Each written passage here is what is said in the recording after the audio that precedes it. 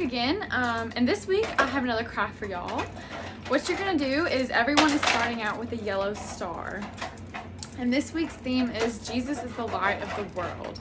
And since Jesus is a light, he shines out the darkness.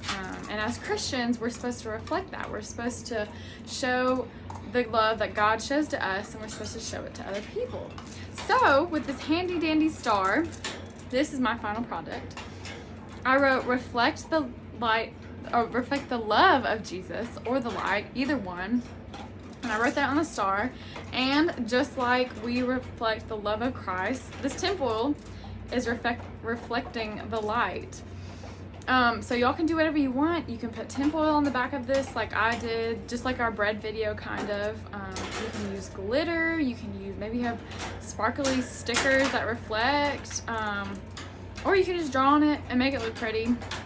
But this is just a reminder, y'all can hang it up somewhere that you can see it, is to reflect the love of Christ, because he's a light to the world, and we can also be a light to the world.